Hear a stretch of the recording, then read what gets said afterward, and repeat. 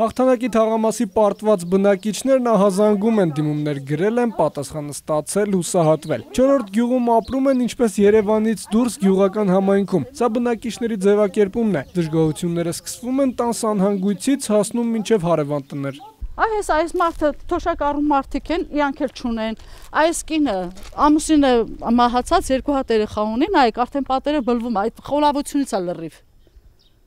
Ինքն էլ չունի հնարավորություն, թողել է դուռը փակել է, գնացել է։ Ամեն ինչ սկսվեց այն ժամանակ, երբ 20 տարի առաջ նոր տներ կառուցվեցին գյուղում։ Սա համարվում է ամառանոցային տարածք, որտեղ կոյուղու ցանց երբեք չի եղել։ Շատերը տան դուռը փակել, հեռացել են, մյուսները ցանկանում են վաճառել բնակարանը, գնորդ չկա։ Մարդը պատճառաբանում է, դու կոյուղի չունես, գամ առնեմ, ինչ անեմ քո տունը։ Գրիգորյանների տունը տուժել է կոյուղու բացակայությունից, խողովակն անցկացրել էին տնից դուրս անել, տարել հարևանի հողամասում բաց թողել։ Խնդիրն առաջացավ, երբ հարևան հողակտորի տերը հայտնվեց ու խնդրեց կոյուղին հեռացնել իր տարածքից։ Այնտեղից պատը ծակել է, այն կողմի վրա դատարկ հողատարածք էր։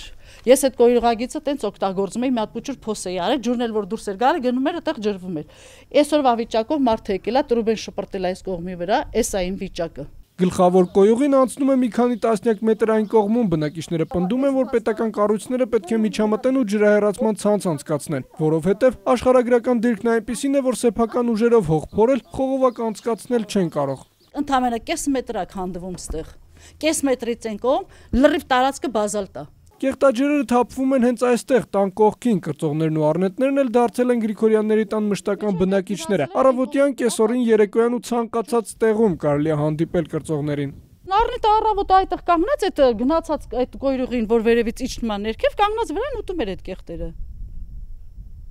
Ու տենց բարձրանում է երկրորդ հարկ այդ առնետը։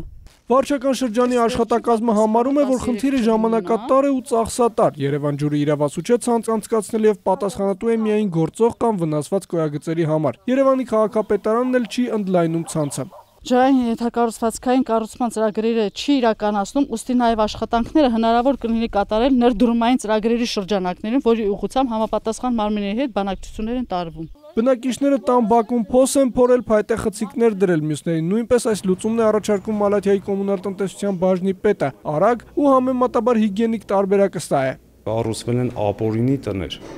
Վաղը մի պատմություն ունեն, ապօրինի տները իրանք ի սկզբանե հենց անկանոնա սարկած առանց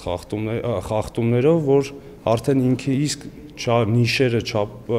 բաները չի համապատասխանում իրան։ Սա միակ խնդիրը չէ, որ կախվել է նորակառույց տների գլխավերևում ու տան տակ։ Հարևանությամբ հոսող առուն հաճախ խցանվում է, մարդիկ աղբը լցնում են։ Ջուրն էլ լցվում է այս տների տակ։ Էլի բարձրանում առուն գալիս է այստեղ այսպես գոլա կապում։ Տների պատերը ճաքել են, հիմքերը խարխուլ դարձել, հատակը նստել։ Բնակիչները պահանջում են, որ լուծվի միանգամից 2 խնդիր՝ կոյուղի անցկացվի եւ ջրագիծը նորոգվի։ Վարչական շրջանն էլ պատասխանում է, որ իրենք մաքրում են, աղտոտողներին տուգանում, այնուամենայնիվ խախտումները շարունակվում են։ Դավիթ Դավթյան, Խաչատուր Եսայան, ժամը լրատվական։